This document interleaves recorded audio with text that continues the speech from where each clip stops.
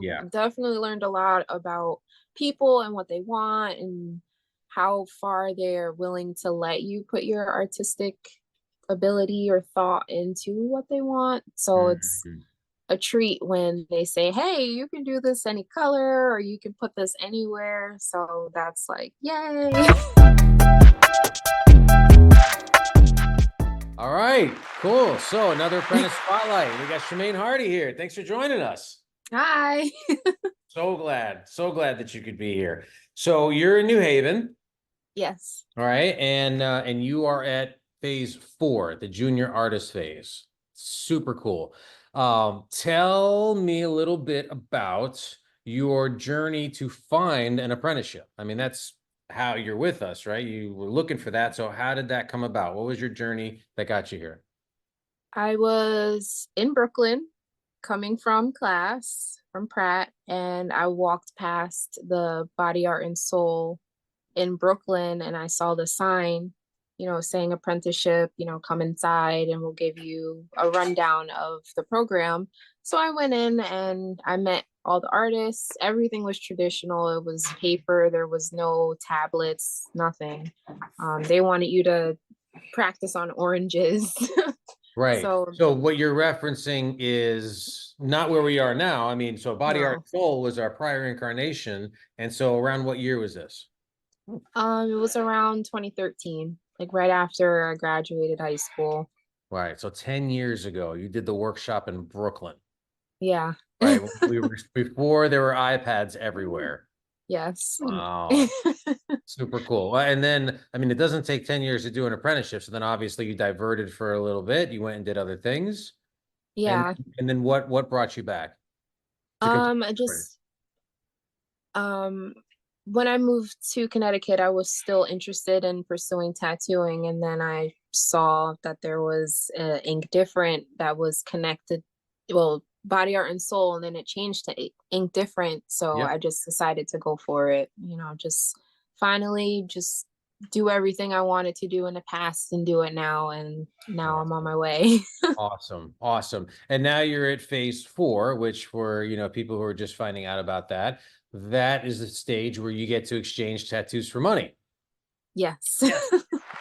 Awesome. So super rad, right? Because Yeah. then that's there you go. And then you're offered to join the studio as soon as you finish phase 4. I mean, you're already there, now tattooing. What was phase 3 like? Supervised tattoos. What was navigating that whole journey like? It was difficult in the beginning because it was very simplistic, like the designs we had to do and the art Mhm. phase.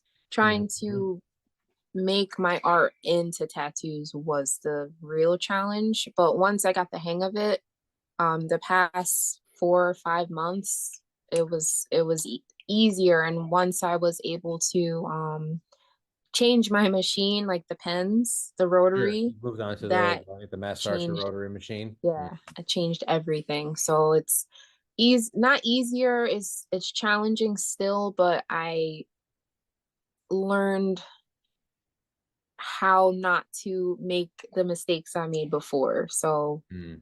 each tattoo is different, each experience is different. So yeah, I'm just trying to fine tune the little things, and I think it'll be a perfect journey.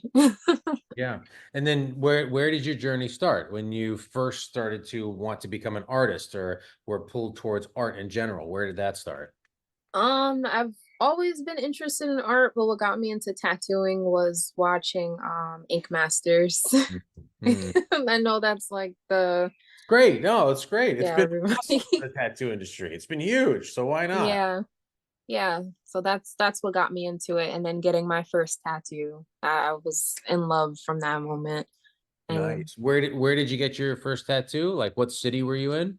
I was in the Bronx, Okay, cool. just a little tattoo shop Mm-hmm. on the street. I went with my mom. I was 17, Nice. and I saved this temporary tattoo in my wallet until I wanted to get a tattoo. And that Hmm. was my birthday gift. Aw, that's awesome.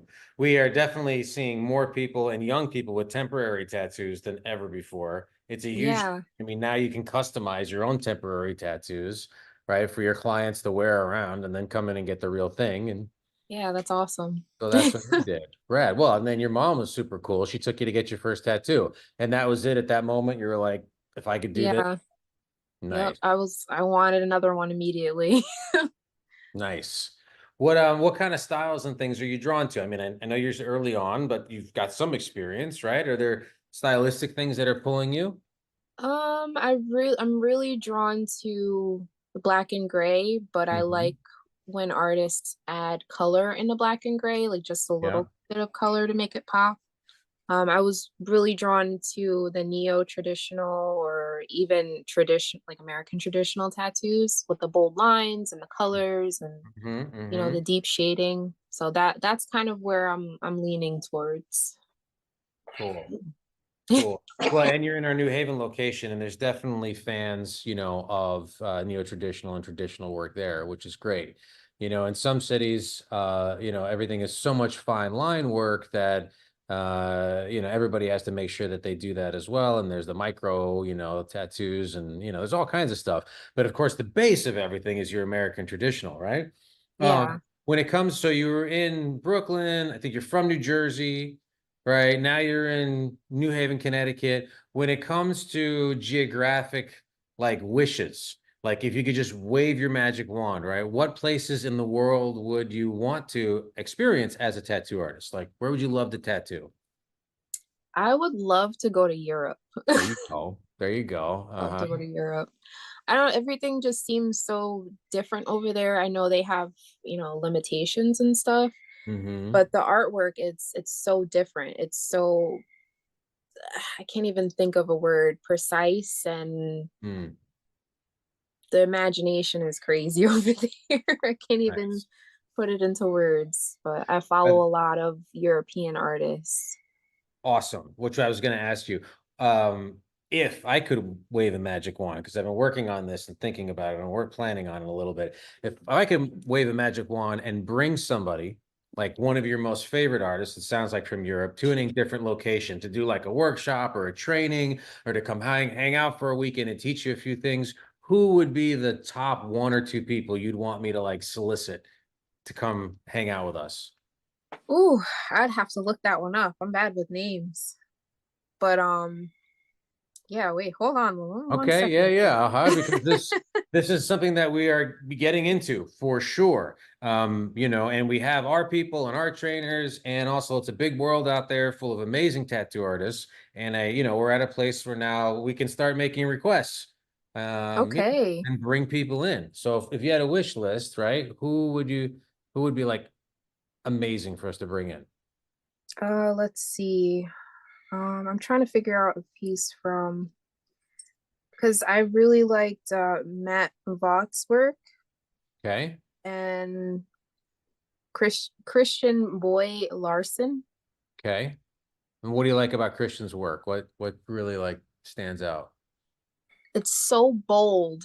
It's so Mhm. bold and it's so smooth. And then like he does the black and gray with the color, like just a Mm, little bit of color in certain spots, and it's just like I know it's very masculine, but I like the way it looks, like like I said, the dark shading and then the intricacies and in the shading and the line work. I'm looking at his Instagram right yeah, now. yeah, yeah, for sure, for sure.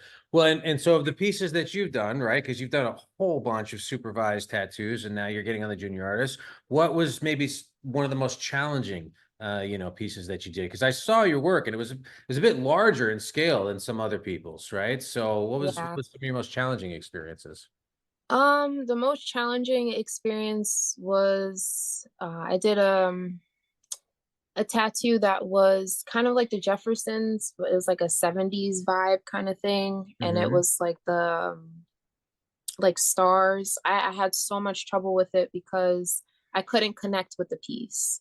Mm. And like you said, there it was large, and it that was the one thing I couldn't connect with it. And the client was very specific about what she wanted, so I definitely had that one was a challenge for me. Mm. Mm. Yeah, managing client expectations is part of the road of learning, right? Yeah. Machine I learned. mastery is one thing, human mastery, is another. Yeah, definitely. Yeah. Definitely learned a lot about people and what they want and how far they're willing to let you put your artistic ability or thought into what they want. So it's Mhm. a treat when they say, "Hey, you can do this any color or you can put this anywhere." So that's like, yay.